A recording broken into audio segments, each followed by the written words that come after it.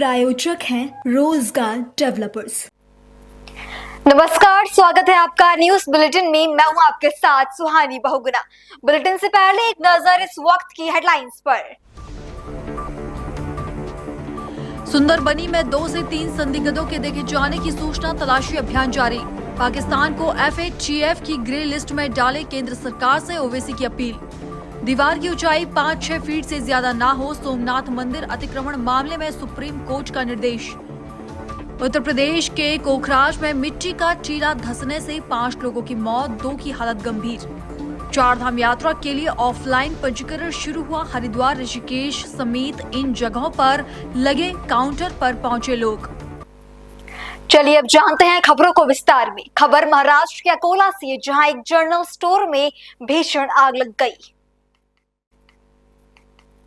बताया जा रहा है कि आग शॉर्ट सर्किट के कारण लगी है। वहीं हादसे में सारा सामान जलकर खाक हो गया।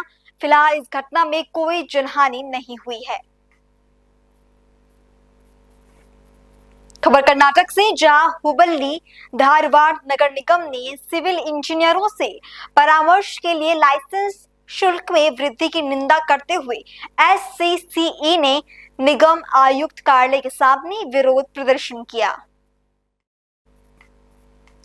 जिसके चलते नगर निगम ने निगम आयुक्त और निगम महापौर को एक याचिका सौंपी। बता दें कि संगठन के अध्यक्ष देवकी के नेतृत्व में किए गए प्रदर्शन में प्रदर्शनकारियों ने निगम अधिकारियों और जनप्रतिनिधियों के खिलाफ नारेबाजी कर अपना रोष व्यक्त किया।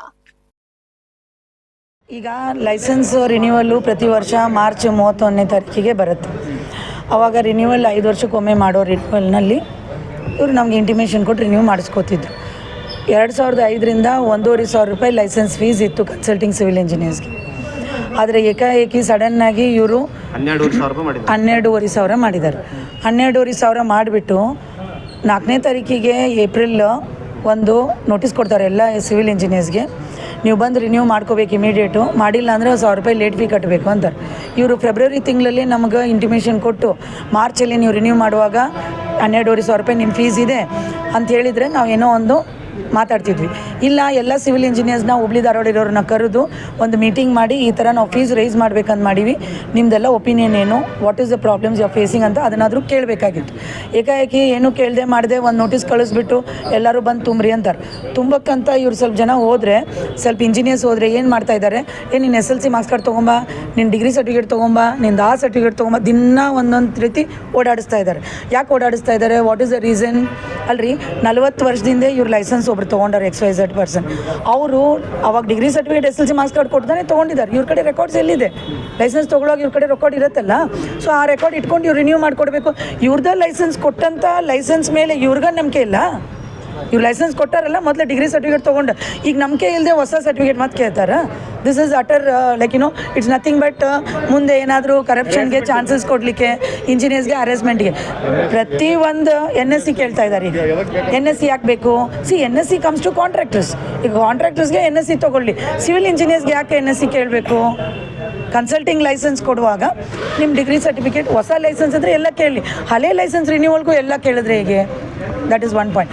ಸೆಕೆಂಡ್ ಪಾಯಿಂಟ್ ಇಸ್, ಬೆಂಗಳೂರಲ್ಲಿ ಅಂಥ ದೊಡ್ಡ ಮಹಾನಗರ ಪಾಲಿಕೆಯಲ್ಲಿ, ಬೃಹತ್ ಮಹಾನಗರದಲ್ಲಿ 5,000 ರೂಪಾಯಿ ಇದೆ ಕನ್ಸಲ್ಟಿಂಗ್ ಸಿವಿಲ್ ಇಂಜಿನಿಯರ್ಸ್ ಲೈಸೆನ್ಸ್ ವರ್ಷಕ್ಕೆ. ಇಲ್ಲಿ 5 ವರ್ಷಕ್ಕೊಮ್ಮೆ 5,000 ಇದೆ. ಇಲ್ಲಿ ಬಂದು 12,500 ರೂಪಾಯಿ 5 ವರ್ಷಕ್ಕೆ ಅಂತ ಹೇಳ್ತಾರೆ. What is the difference between Hubli and Bangalore? Bangalore ಅಂತ ಸಿಟಿನಲ್ಲಿ, ಹುಬ್ಳಿ ಅಂತ ಡಟ್ಟಿಯೆಸ್ಟ್ ಸಿಟಿನಲ್ಲಿ ನೀವು 12,500 ತೊಗೋತೀರಿ. ಒಂದನೇದು. ಎರಡನೇದು, ನಾವು ಎಲ್ಲ ಸಿವಿಲ್ ಇಂಜಿನಿಯರ್ಸು ಎಲ್ಲ ಬಿಲ್ಡಿಂಗ್ ಪರ್ಮಿಷನ್ ಆಗಲಿ, ಎಲ್ಲ CC ಆಗಲಿ, ನಾವು ಅಪ್ಲೋಡ್ ಮಾಡಿದ್ರೆ ಅಷ್ಟೇ ರೆವೆನ್ಯೂ ಕಲೆಕ್ಷನ್ ಯಾರಿಗಾಗುತ್ತೆ? ಪಾಲಿಕೆಗೆ ಆಗುತ್ತೆ. ಪಾಲಿಕೆಗೆ ಹೈಯೆಸ್ಟ್ 90% ಆಫ್ ಪಾಲಿಕೆ ರೆವೆನ್ಯೂ ಎಲ್ಲಿಂದ ಬರುತ್ತೆ ಅಂದರೆ due to consulting civil engineers. ಒಂದೊಂದು ಸರಿ ಅಪ್ಲೋಡ್ ಮಾಡುವಾಗಲೂ 4 ಲಕ್ಷ 5 ಲಕ್ಷ ಅಂತ ಎಲ್ಲ ನಮ್ಮ ಕ್ಲೈಂಟ್ಸ್ ಫೀಸ್ ಕಟ್ತಾರೆ. ಪ್ರತಿಯೊಂದಕ್ಕೂ ಟ್ಯಾಕ್ಸ್ ಕಟ್ತಾರೆ. ಹಾಗೆಲ್ಲ ರೆವೆನ್ಯೂ ಜನ್ರೇಷನ್ ಯಾರು ಮಾಡಿಕೊಡ್ತಾ ಇದ್ದೀವಿ? ನಾವೆಲ್ಲ ಸಿವಿಲ್ ಇಂಜಿನಿಯರ್ಸ್ ಮಾಡಿಕೊಡ್ತಾ ಇದ್ವಿ. ಅಂಥ ಸಿವಿಲ್ ಇಂಜಿನಿಯರ್ಸ್ಗೆ ಇಂಥ ಹ್ಯಾರೆಸ್ಮೆಂಟ್ ಮಾಡ್ತಾರೆ. ಸೊ ಇದು ನ್ಯಾಯ ಅಲ್ಲ. ನಾವು ಈಗ ಮನವಿ ಕೊಟ್ಟಿದ್ವಿ, ಲಾಸ್ಟ್ ಟೈಮ್ ಒಂದು ಮನವಿ ಕೊಟ್ಟಿದ್ವಿ, ಅದಕ್ಕೂ ಏನೂ ರೆಸ್ಪಾನ್ಸ್ ಮಾಡಿಲ್ಲ ಕಮಿಷನರು. ಇವಾಗಲೂ ಮನವಿ ಕೊಡ್ತೀವಿ. ಅಂದರೆ ಬೇರೆ ನಾವು ಬರೋದು ಕಮಿಷನರ್ ಮನವಿ ಕೊಡೋದು, ಫೋಟೋ ತೆಗೆಸ್ಕೊಳ್ಳೋದು, ನಾವು ಫೇಸ್ಬುಕ್ ಹಾಕ್ಬಿಡೋದು, ನಾವು ಹೊಂಟು ಬಿಡೋದು, ಅವ್ರು ಡಸ್ಟ್ಬಿನಿಗೆ ಅದನ್ನು ಬೀಸಾಕೋದು, ಇದೇ ರೀತಿ ಆಗ್ತಾಯಿದೆ. ಸೊ ಇವಾಗ ನಾವು ಸೀರಿಯಸ್ ಆಗಿ ಒಂದೇ ಮಾತು ಹೇಳ್ತೀವಿ ಕಮಿಷನರ್ಗೆ, ಗಾಳಿ ಸರ್, ರುದ್ರೇಶ್ ಗಾಳಿಯವರು ದಯವಿಟ್ಟು ಈ ಮನವಿನ ತೊಗೊಂಡಿದ್ದಾರೆ. ಅವ್ರ ಅಸಿಸ್ಟೆಂಟು ಅವ್ರು ಬರಲಿ, ಅವ್ರು ಬೆಂಗಳೂರಲ್ಲಿದ್ದಾರೆ ಅಂತ ಹೇಳಿದ್ರಂತೆ. ನಾಳೆ ಬಂದ ತಕ್ಷಣ ಅವರೆಲ್ಲ ನಮ್ಮ ಇಂಜಿನಿಯರ್ಸ್ನ ಕರಿಬೇಕು, ಕರೆದು ಮೀಟಿಂಗ್ ಮಾಡಬೇಕು. ಮೀಟಿಂಗ್ ಮಾಡಿಬಿಟ್ಟು ಏನಿದು 12,000 ಅಂತ ಇಟ್ಟಿದ್ದಾರೆ ಅದನ್ನು ಕಮ್ಮಿ ಮಾಡಬೇಕು. Let him bring to other cities limit. ಈಗ ಬೆಂಗಳೂರಲ್ಲಿ 5,000 ಅಂದರೆ ಇಲ್ಲಿ 2,500 ತೊಗೊಳ್ಳಿ, 50% ತೊಗೊಳ್ಳಿ. ಬೆಂಗಳೂರಲ್ಲಿ 5,000 ಇದ್ದರೆ ಇಲ್ಲಿ ಹುಬ್ಳಿನಲ್ಲಿ 12,500 ಹೆಂಗೆ? ಸೊ ಅವ್ರು ಕೂತ್ಕೊಂಡು ನಮ್ಮ ಜೊತೆ ಮಾತಾಡಿನೇ ರಿನ್ಯೂ ಮಾಡಬೇಕು. ಅವ್ರು ರಿನ್ಯೂ ಮಾಡೋ ಮಟ್ಟ ನಾವು ಯಾರೂ ಲೈಸೆನ್ಸ್ ರಿನ್ಯೂ ಮಾಡಲ್ಲ. And we will not upload ಮಾಡ್ತೀವಿ. ಈಗ ನಾವೇನು ಮಾಡ್ತೀವಿ, ನಾಳೆ GB ಈಗ ಇವತ್ತು ಸಾಯಂಕಾಲ ಅಥವಾ ನಾಳೆ ಬೆಳಗ್ಗೆ ಉತ್ತರ ಬಂದಿಲ್ಲ ಅಂದರೆ ನಾವೆಲ್ಲರೂ ನಾಳೆ GB ಬಂದು ಅಲ್ಲೇ ನಾವು ಹೋರಾಟ ಮಾಡ್ತೀವಿ. GB ಹಾಲ್ ಹೊರಗಡೆನೇ ನಾವು ಅಲ್ಲೇ ಕೂತ್ಬಿಡ್ತೀವಿ, ಬಿಡೋದೇ ಇಲ್ಲ. ನಾವು ಯಾರು ಪರ್ಮಿಷನ್ ಹಾಕೋದು ಇಲ್ಲ. ಈಗ ಎಲ್ಲರೂ ಸ್ಟಾಪ್ ಮಾಡ್ತೀವಿ. रुक करेंगे अगली खबर का। भारतीय किसान यूनियन के राष्ट्रीय अध्यक्ष नरेश टिकैत ने पाकिस्तान पर एक बड़ा बयान देते हुए कहा कि पाकिस्तान का पानी बंद नहीं करना चाहिए था, पुराना समझौता है, हमारे पूर्वजों का किया हुआ समझौता। में पहुंचने पर आपका स्वागत है, धन्यवाद। जैसे कि आप अब एक मामला चल रहा है पहलगाम, बड़ा ही हुआ है घटना हुई है, उसमें क्या कहना चाहेंगे आप? कहना था पूरा देश, पूरी दुनिया विरोध कर रही है, इस तरह की बात नहीं होता। और उनके आतंकवादी है जो खराब सोच है, जैसे उनकी ऐसी मानसिकता है, सोचना चाहे क्या कर रहे हैं, नाम भूल गए इस तरह करके, क्या उनका उद्देश्य है। पाकिस्तान की क्या भूमिका मानते हो आप, कितना दोषी मानते हो? नहीं, पूरे पाकिस्तान को तो नहीं दोषी मानते, अच्छे आदमी भी ज़्यादा ही अच्छे हैं, सब निंदा कर रहे, पाकिस्तान वाले भी निंदा कर रहे, इस तरह की बात नहीं होनी चाहते। तो क्या सहारा तो उनका होगा कहीं ना कहीं, जो इस तरह की बात है। जितने भी पकड़े जाए मरे पाकिस्तान के पकड़े, निगाह तो उनका पाकिस्तान पर, सबकी निगाह पाकिस्तान पर जारी, तो उसमें ध्यान रखना चाहो न वैसे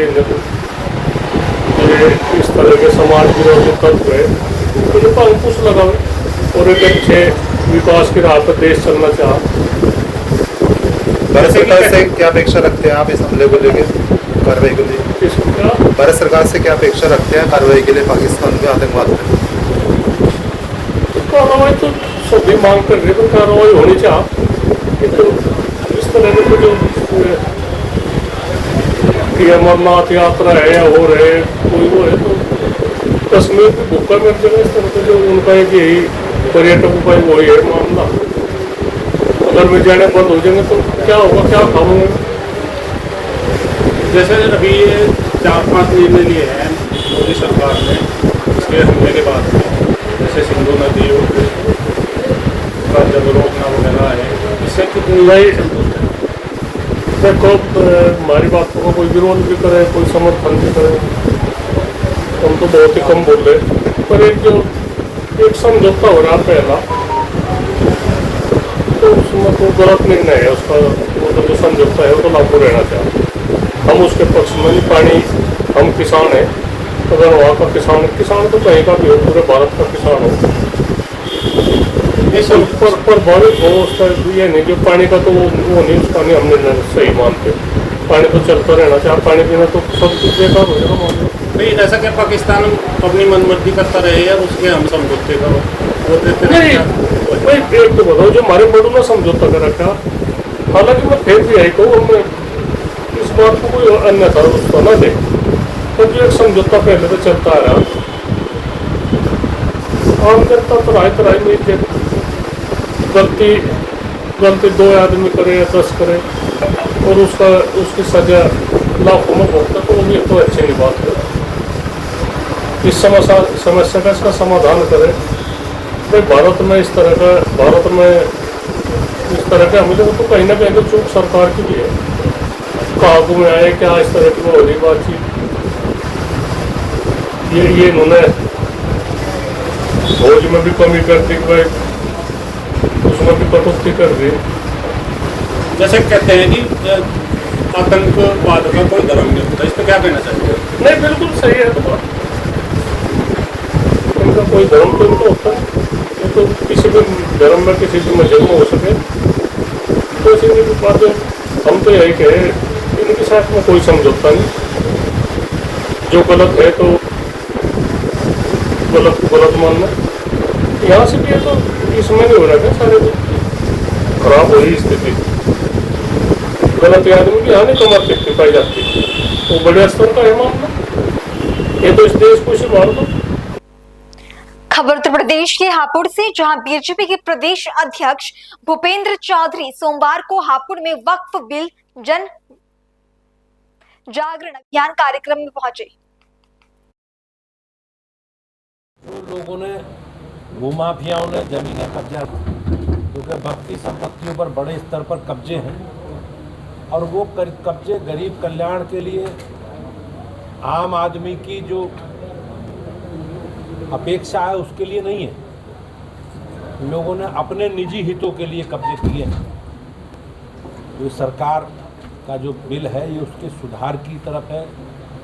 उन भूमाफियाओं से ज़मीन छुड़ाकर गरीबों के काम आए, अस्पताल बने, कॉलेज बने और आम आदमी के, गरीब आदमी के कल्याण के लिए, उसके हितों के लिए उन संपत्तियों का इस्तेमाल हो। इसके लिए सरकार ने ये कानून बनाया है और हम सब लोग मिलकर इसके विषय में एक सार्थक चर्चा करेंगे और उन विषयों की चर्चा करेंगे जो आम आदमी के हित में है।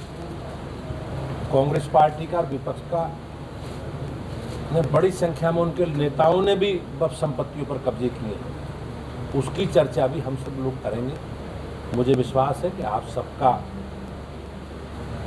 मीडिया का भी और मीडिया के माध्यम से भी ये विषय जन जन तक जाएगा, इस प्रकार की मेरी अपेक्षा है। आज हम सब लोग, क्योंकि हमारी कार्यकर्ता आधारित पार्टी है, हमारा गांव-गांव संगठन है, तो हम एक कार्य योजना बनाकर प्रत्येक व्यक्ति तक इस बिल की चर्चा हो, इस सुधार की चर्चा हो, इसकी चर्चा की कार्य योजना हम लोग आज बनाएंगे। अध्यक्ष जी, कल गवाना टोल पर सपा सांसद रामजी लाल सुमन के काफिले पर हमला हुआ है। उनका कहना है कि ये करणी सेना जो हमले कर रही है इसे प्रदेश सरकार द्वारा सह मिल रही है, कोई सख्त कार्रवाई नहीं की जा रही है, क्या कहना है? इस प्रकार की बयानबाजी, जिस प्रकार से रामजी लाल सुमन जी ने जो बयान दिया था संसद में हमारे राष्ट्र नायक राणा सांगा जी के विषय में, हमने उसकी निंदा भी की है, निंदा हम करते हैं। लेकिन इस प्रकार की अराजकता करना सड़कों पर, हमारा लोकतांत्रिक तरीके से जो अधिकार है, हमें अधिकार दिया गया, उसका हम विरोध करें, लेकिन इस प्रकार की घटना की भी हम लोग निंदा करते हैं। इस प्रकार की निंदा नहीं, वो घटना नहीं करनी चाहिए। सर, पुलवामा कश्मीर में जो हमला हुआ उसको लेकर विपक्ष अब आरोप लगा रहा है इंटेलिजेंस फेलियर था। इस प्रकार की घटनाएं, जिस प्रकार की पहलगांव में घटना हुई है, ये सभ्य समाज के लिए, हम सब के लिए दुखद है और हमारी पार्टी और हम लोग पीड़ित परिवारों के साथ हैं। और माननीय प्रधानमंत्री जी का जो संकल्प है कि चुन चुनकर सबके खिलाफ कार्रवाई करेंगे और ऐसी कार्रवाई करेंगे जो नजीर बन सके भविष्य में, जिसे लोग संज्ञान लें। देखिए, बाकी कुछ जिलाध्यक्षों की घोषणा होना बाकी है, कब तक हो पाएगी? हमले को लेकर अलग टिप्पणियां की जा रही है, प्रशंसा की जा रही है। एक मामला हापुड़ में भी लखनऊ में सामने आया है, तो ऐसे लोगों की मानसिकता के लिए आप क्या कहना चाहेंगे? निश्चित, तो हमले को भी जो निश्चित रूप से दुखद है और जैसा मैंने कहा कि बड़ी घटना है हमारे लिए, बहुत दुखद घटना, और देश के लिए लोगों की धर्म पूछकर, उनकी धार्मिक पहचान करके इस कृत्य को अंजाम दिया गया। तो मैंने जैसे कहा, सरकार सजग है। आपने देखा होगा अभी सरकार ने कदम उठाए हैं इस प्रकार की घटनाओं की पुनरावृत्ति ना हो, लेकिन हमारी सरकार उन विषयों पर तह तक जाएगी जिसके इस प्रकार की घटनाओं की पुनरावृत्ति ना हो। देखिए, क्या जिलों में जिलाध्यक्ष तय नहीं हो पाए बीजेपी के, ये देरी क्यों हो रही है आखिर? आपने माननीय गृह मंत्री जी का संसद में बयान सुना होगा। हमारे विपक्ष के बड़े नेता अखिलेश यादव जी ने प्रश्न उठाया था, तो माननीय गृह मंत्री जी ने उसका जवाब दिया था। उसे ही कोड करते मैं आपके सामने रखता हूँ कि हमें 12-13 करोड़ लोगों में से तय राष्ट्रीय अध्यक्ष करना, इस ज़िले में भी लगभग हमारे, मुझे ऐसा लगता है 2-2.5 लाख सदस्य होंगे, तो उन 2-2.5 लाख सदस्यों में से अध्यक्ष तय करना है। तो हम आपस में बातचीत करके, रायशुमारी करके, सहमति बनाकर इस प्रक्रिया को आगे बढ़ा रहे हैं। सर जैसा आपने पूरे प्रदेश भर में 98 इकाइयाँ हैं। 98 इकाइयों में से 70 इकाई हमने घोषित की है, 28 इकाई अभी बाकी है।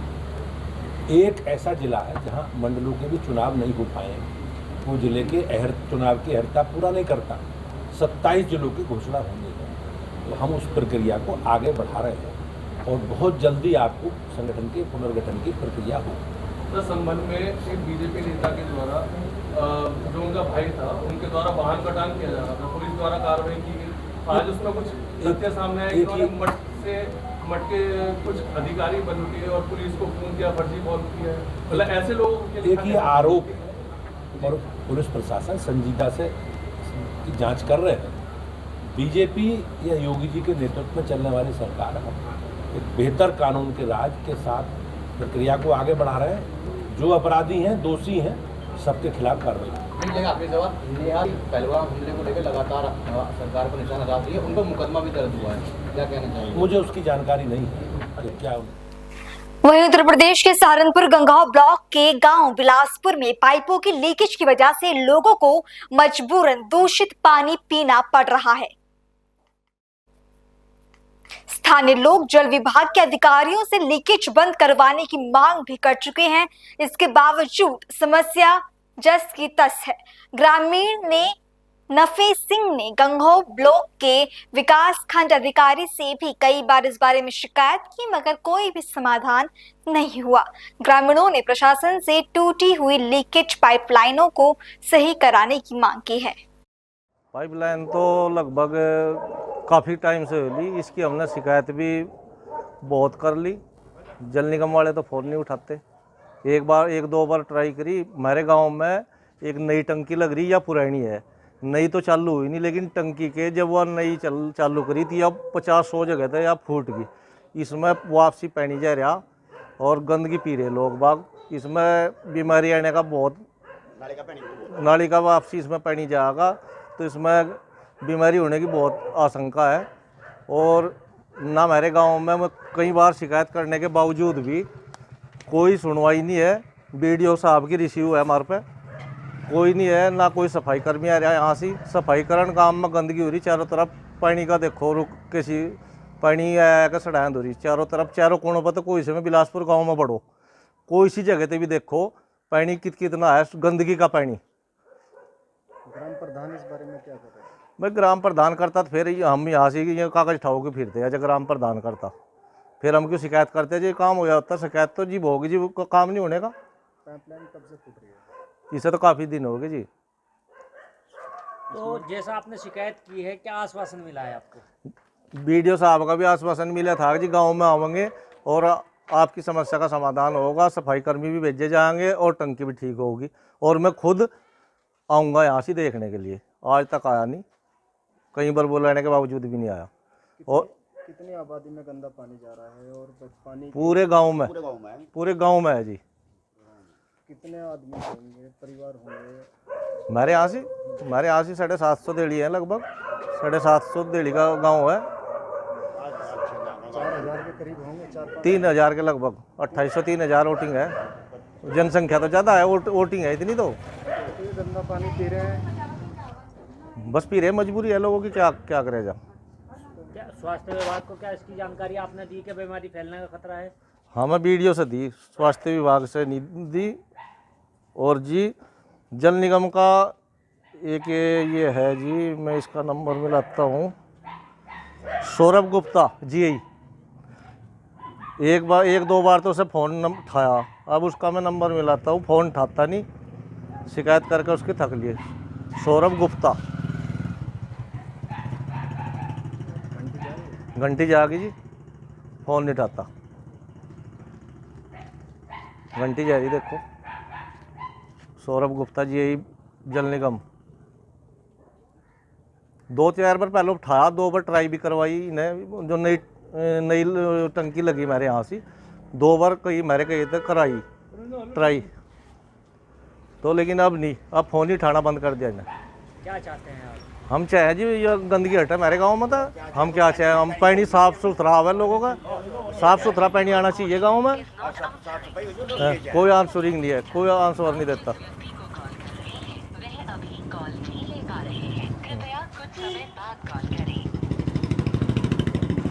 सबसे बड़े अधिकारी एसडीएम डीएम से मिले आप इस बारे में? बस देखते हैं, आपके माध्यम से डीएम साहब तक भी और एसडीएम साहब तक भी पहुंचाना चाह रहे हैं हम, जिस तरह मेरी समस्या का समाधान हो जाए। सबसे बड़ा गंदगी का है। आपका नाम? टेशन सिंह है जी। गांव? बिलासपुर। अच्छा, आपके गांव में ये पाइपलाइन जगह जगह फूटी हुई है, इसकी आपने पहले से कहीं शिकायत कर? कई बार जी, कई बार पाइपलाइन के ना के शिकायत कर चुके हैं जी। और टंकी वाला कुछ नहीं हुआ जी, टंकी का। ग्राम प्रधान को भी आपने सूचित किया इस बारे में? तो प्रधान ने तो बोल चाल तो है नहीं, तो प्रधान पता नहीं होगा खुद का। गाँव के लोग गंदा पानी पी रहे हैं, कब से पी रहे हैं? जी कम से कम 2 साल के करीब जी। तो इसमें कोई बीमारी का खतरा नहीं है? खतरा है जी। तो इसमें आपने किसी आला अधिकारी को सूचना दी? कई बार दे चुके हैं जी। क्या आश्वासन मिलता है? कुछ नहीं, करवा देंगे, जल्दी हो जाएगा। तो आज के टाइम में इतना गंदा पानी आ रहा है? कम से कम है जी, गाँव में 100 जगह फूट रही हो, कम 50 जगह तो कम दम है पूरा गाँव में। कोई कार्रवाई नहीं? ना जी, कुछ नहीं होता। आपके गांव में कोई सफाई कर्मी? ना कोई नहीं है जी। कब से नहीं है? 1.5-2 साल। बहुत अंतिम बढ़िया बनते है ही नहीं, बस पहला तो हो गए हैं, एक बार आए, 1-2 बार बीच में आए ही नहीं। कितने समय पहले? 2 साल तो पहले 2 साल तो पहले। तो इसका मतलब ग्राम प्रधान विकास कार्य को लेकर काम नहीं कर रहे हैं? ना जी। फिलहाल बुलेटिन में इतना ही। देश और दुनिया की बाकी तमाम खबरों के लिए आप देखते रहें पल्स 24 न्यूज। नमस्कार। इस प्रोग्राम के प्रायोजक थे रोजगार डेवलपर्स।